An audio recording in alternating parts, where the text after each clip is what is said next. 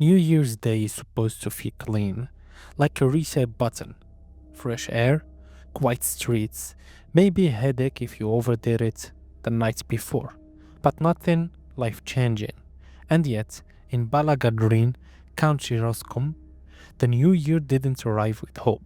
It arrived with flashing blue lights, silence where there should be silence, and a timeline that would end in hospital room far from home.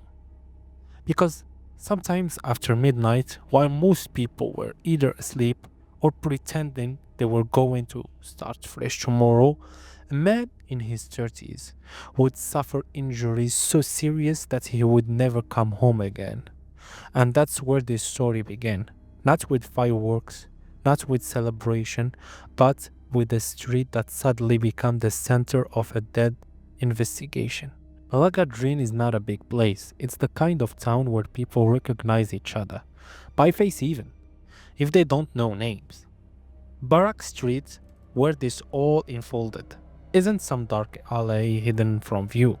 It's a normal street, ordinary, which is exactly why what happened there hit so hard. In the early hours of New Year's Day, guards were alerted to a serious incident on Barrack Street. What they found was a man in his 30s who had been assaulted. No public drama, no wild rumors confirmed, just one clear fact: he was badly hurt. Badly enough that local medical care wasn't enough. Emergency services moved fast. The man was taken from Roscommon to Beaumont Hospital in Dublin, Ireland's main trauma center. That alone tells you the severity. You don't make that journey unless the situation is critical. For days, the warden stayed careful. Seriously injured, life-threatening injuries. The kind of phrases that make your stomach sink even before the outcome is known.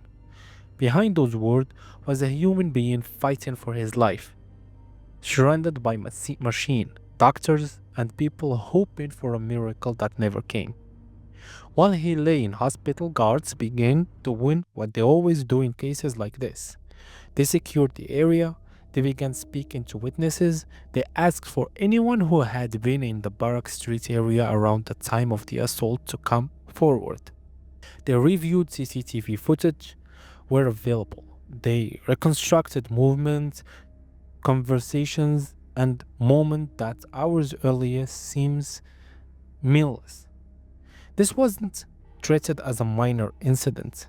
From the start, it was handled as serious.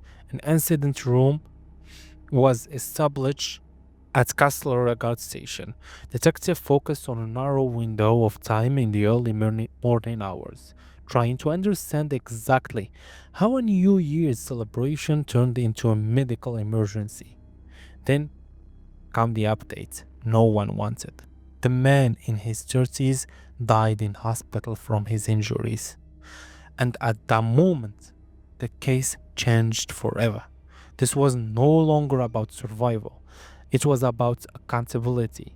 It became a death investigation with all the weight that carries in Irish law and Irish communities. Quiet towns feel this moment deeply. When someone dies following an assault, it isn't just a statistic. It's someone's son, friend, neighbor, someone who had plans for the years that never started. Guards confirmed the death publicly and continued the investigation. By then, they had already arrested a man in his 40s in connection with the incident. That arrest wasn't random.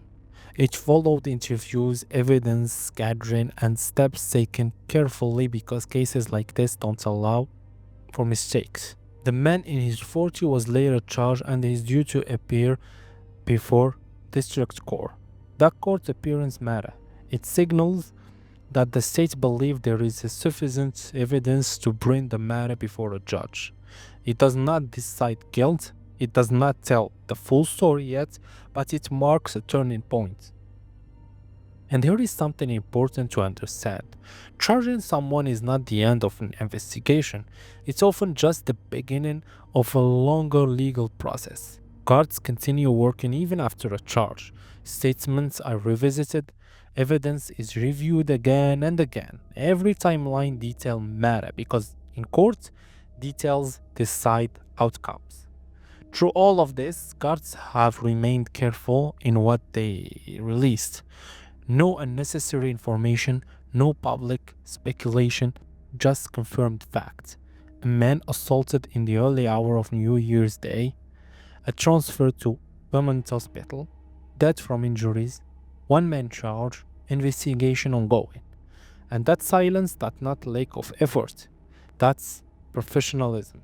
Meanwhile, Ballaghaderreen had to keep living, shops open, people went to work, but conversation changed. People talk in lower voices, parents checked phone more often.